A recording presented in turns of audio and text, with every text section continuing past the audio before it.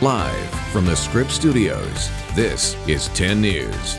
We start with developments with the little girls groped at a North County laundromat. I'm Virginia Cha. I'm Jason Martinez. In the past few minutes, a man pleaded guilty to the crimes that went on over several months in San Marcos. 10 News reporter Mary McKenzie's live at the Vista Courthouse with the plea deal that'll keep the girls from having to testify. Mary. Salvador Alcaraz just took that plea deal. He will spend 6 years in prison. But as you mentioned, the good news is that in taking that deal, his 3 young victims will not have to testify in court.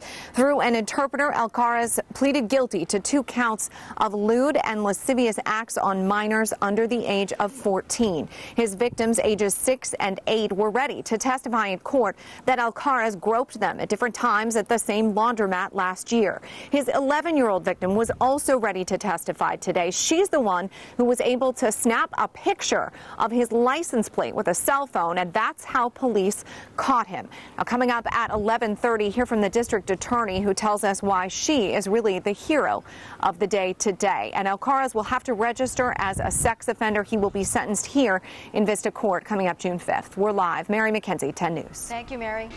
Breaking news update now. Take a look. This may be the man responsible for a deadly attack on a train in St. Petersburg, Russia. Russian media just released this surveillance photo. Now, it's possible this man detonated a bomb full of shrapnel, killing people, leaving major damage, you can see, and chaos. ABC's Molly Hunter has the story. Multiple people dead and dozens injured Monday when an explosion ripped through a subway car in St. Petersburg.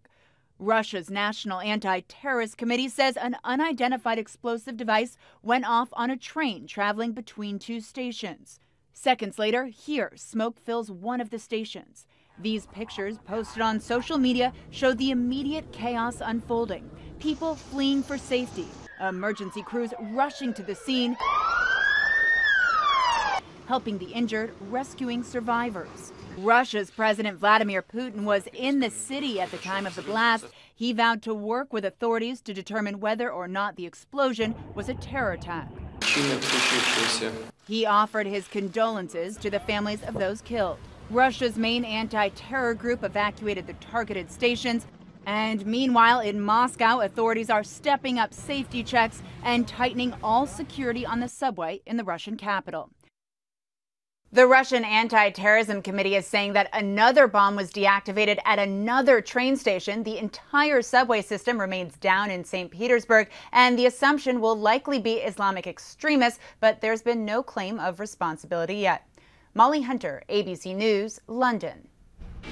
We have breaking news in the 10 News Live Center. 3 people have died and several others injured after a boiler exploded in St. Louis. Here's video from the scene.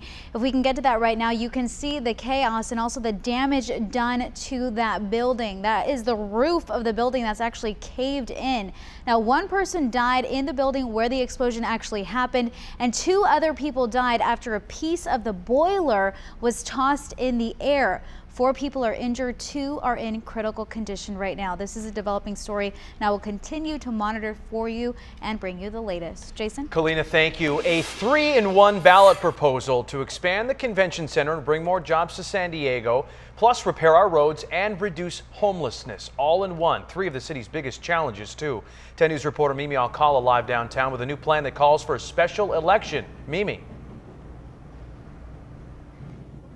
Yeah, Jason, in just an hour, Mayor Faulconer and other city leaders will gather here to talk about the convention center plan, the plan that they say will create hundreds of millions of dollars to tackle those 3 issues that you just mentioned. The plan is a proposed ballot measure that'll do those 3 things. 1, it'll modernize and expand the convention center. The mayor says that is key to creating jobs and increasing San Diego's tourism economy. It'll also call for street repairs, fixing the pothole problem we've seen grow over the years by creating a dedicated funding stream, adding in hundreds of millions of dollars directly for those repairs and for the 3rd issue as well, and that is homelessness in the city, a big problem that other local groups are also working on tackling this year. So how will it all be paid for? Well, a 3% hike to the transient occupancy tax that tourists pay when staying overnight in the city. Political analyst John Dadian thinks that this will get the average voter to vote yes on the initiative. I think for issues such as road repairs and homelessness, people probably will tend to vote for it because it's not impacting them directly. You know, the only time maybe that'll affect them is when they have relatives from out of town or if they want to do a staycation.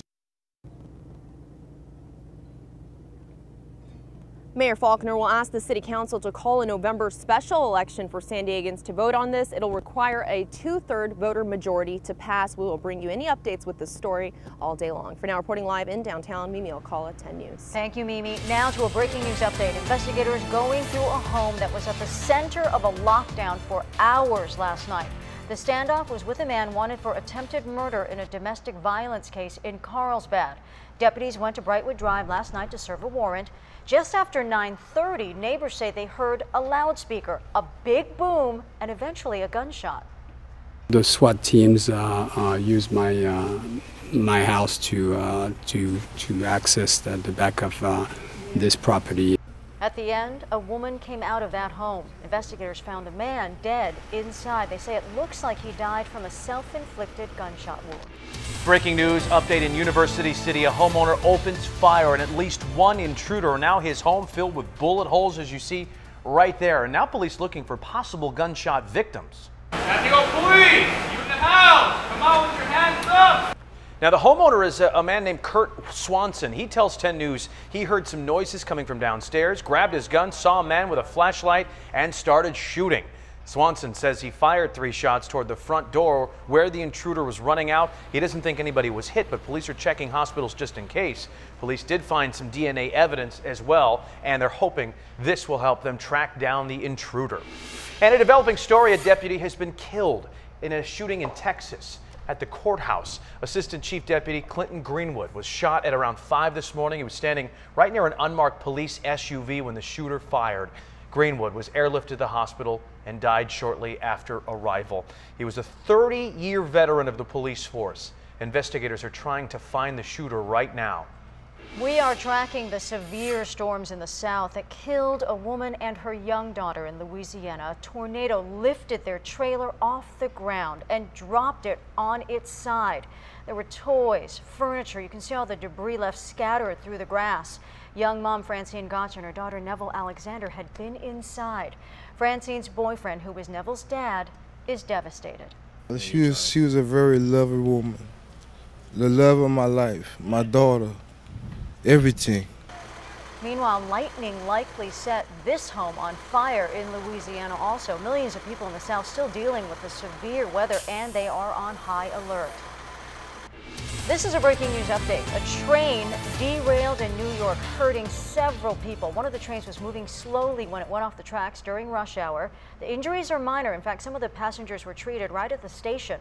No word yet on why that train derailed. Happening now, the Los Angeles Chargers are back in San Diego. The team is starting its season workouts at Chargers Park. Can you believe that? The Costa Mesa site where they'll practice during the season isn't ready yet, so they're back here.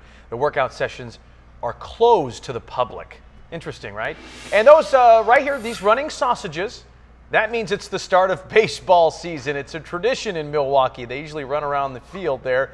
Padres don't have their first home game until Friday. They are opening the season, though, against the National League West champion, Los Angeles Dodgers, today. Best of luck. You won't see the fryer running down the streets like that. No.